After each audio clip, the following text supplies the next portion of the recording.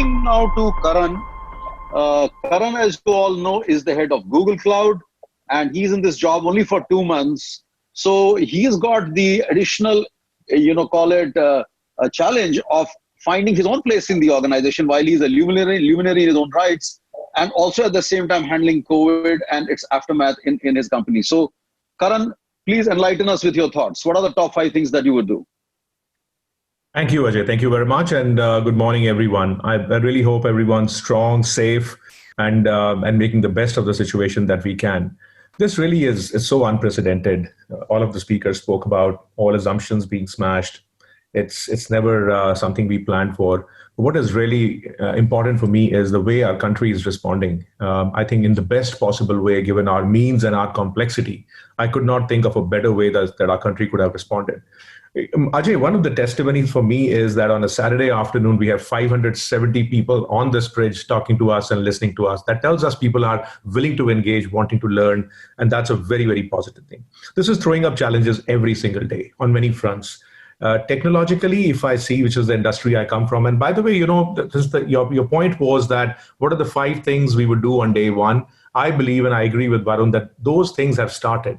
Day one's not going to be radically different from where we are today. Not more than 20-25% of the workforce is going to be able to come into offices, at least in the early days. So I don't expect anything radically changing. So I'll talk about what are the things we're doing now that will only amplify as we get to our workplaces. On the technology front, which is our core as a company, it's extremely challenging. BCP, which everyone had a plan on, is not working for most people because nobody planned for the scope and scale of complexity and challenges that would come in. So that is being challenged. And I'm seeing it not just in the small customers, in the largest of customers. I'm talking about the top 5 in every single customer vertical. And I'll share some of those things with you. So it's challenging the most mature of customers, while of course the ones that are early stages of adoption of technology.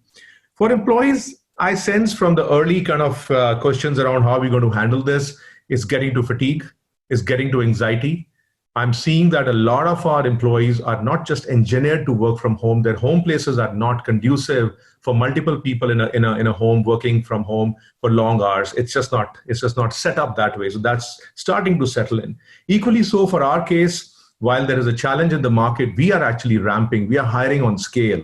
I'm literally interviewing, tens of people over a week, and we are onboarding these people. And while we are very excited about bringing these people in, a challenge also is how do we create the experience? It's so important as a new employee walks in, how do we recreate the experience? A very important constituent for us is our partner community, which is how we go to market to our customers. These are largely small and medium businesses. They are concerned, they're very anxious, and that's another community we are very concerned about. My big learning, and I'll reiterate what was just said by Hari, my big learning is there is absolutely no replacement for engagement and outreach. That is the single most important thing that you can do in this time consistently with all your constituents. I'll touch on a few things. On the technology front, as I said, it's challenging the largest of customers. So our big challenge was, how do we make sure that the best of technology that is available, and most of you know that technology company create tiers of usage, a high-end tier and then a basic tier. What we thought is, how do we democratize that and take the best of our technology to every single customer out there? And the one big challenge was people were not engineered for 100% work from home. Most customers had work from home philosophy set up, but for a part of their workforce, 20, 30, 40%, when it stretched to 100%, they started breaking apart. And then we saw a host of security issues starting hitting people as well, which was very concerning. So what we did is we took our kind of premium tier of working from home capability, which started with what we call as Google Meet or Hangouts in the past. We took up that capability and opened it up for any customer who wants to use it. And we wanted to remove the barrier of getting into commercial conversations at this stage. So it said, use it for the next 6 months. Nobody's going to talk to you about commercials, but open up and take it to customers. We are seeing hundreds of customers. And I'm not at liberty to say the names, but this is names that provide to you on a daily basis, the largest banks that you work with, the largest telecom companies that you work with. In tens of thousands, we had to turn up literally in 24 hours capability to work from home for these entities. The mission we went out with is serve, not sell. That's kind of the philosophy we took when we went out. And then we realized another important aspect, that while we addressed the the businesses, the consumers were not addressed. The consumers were still struggling with variants of what they were using, and there were challenges in both in scale as well as in performance. So what we just did yesterday, which was another marquee thing, is we opened that same technology to any user in the country, across actually globally. Any consumer, individual consumer wants to use technology, that technology is available, again, free of cost to that individual. We are seeing a take-up rate of about 3 million users per day. Our usage on the platform has gone up 30x. So I think I call it the democratization of technology at this time, which is an important factor in bringing it. Employees, which is the second constituent, many people have said multiple things. It's so important that we engage in many levels. At a country level, we have a very large workforce in the country, within our different businesses, within the small work groups. So we are doing a host of things, and a lot of the people have spoken about the weekly town halls, the fun activities. Actually, some very interesting things we are doing. We just started a campaign on creating a music video for all the employees to sort of send some inputs, and we create a music video, engaging them in fun activities, things like yoga sessions, small capabilities, but engaging people.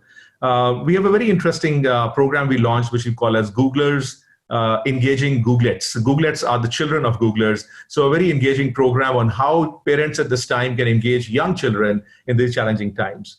Ergonomics and educating people about working from home and all the nuances that come from a complex work environment at your home. That's something that we are working on. So a host of activities, that is engaging employees, because that is a very, very important part of what we do in this business. Government then tends to be a very important constituent for us as well, simply given the task at hand, and that they are limited now in terms of assets they have and people they have working with them. We worked a lot with the government on during these times. Again, using technology in a massive way. The first challenge for us was to curb the misinformation. That was a very important challenge thrown to us by the government. So we brought to bear all of our assets, start from search, from maps, from YouTube, and even things like Google Pay. We brought those assets together and made sure that information was being clustered in the right manner and all through authentic sources. So people could actually come to these properties, and they come in the billions to these properties. They could get a single source of information which is authenticated.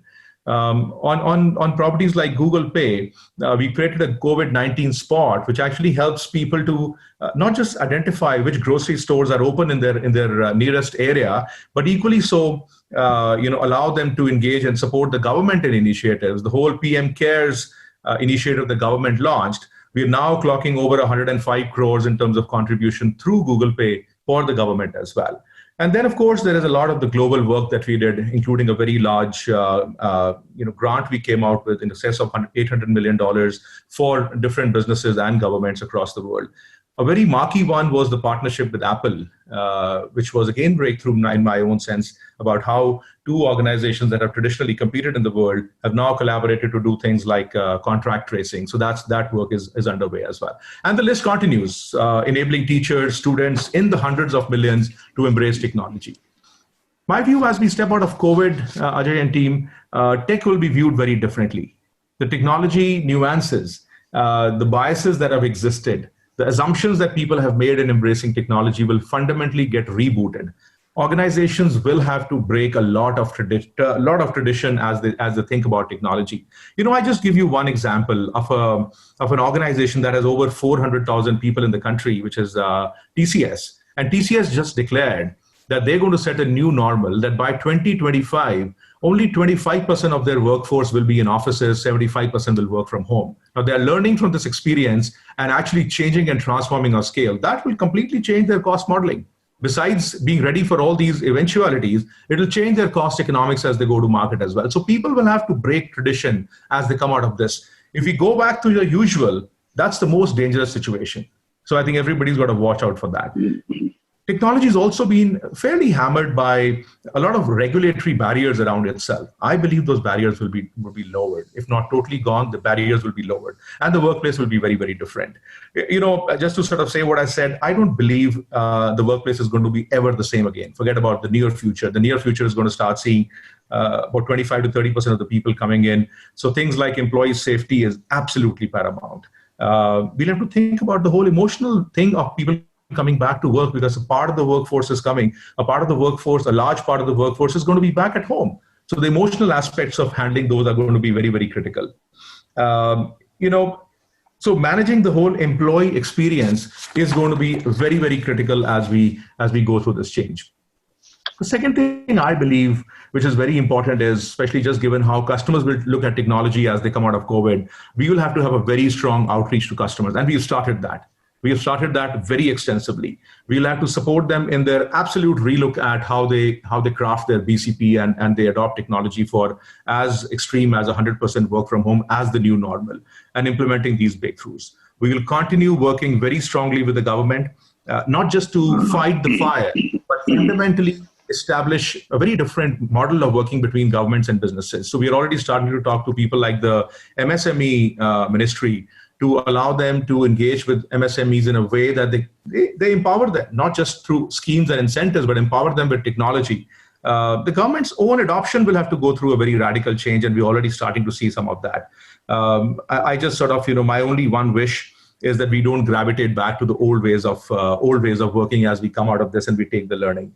One very interesting thing, I'll end it this with, I live in a community in Gurgaon, which is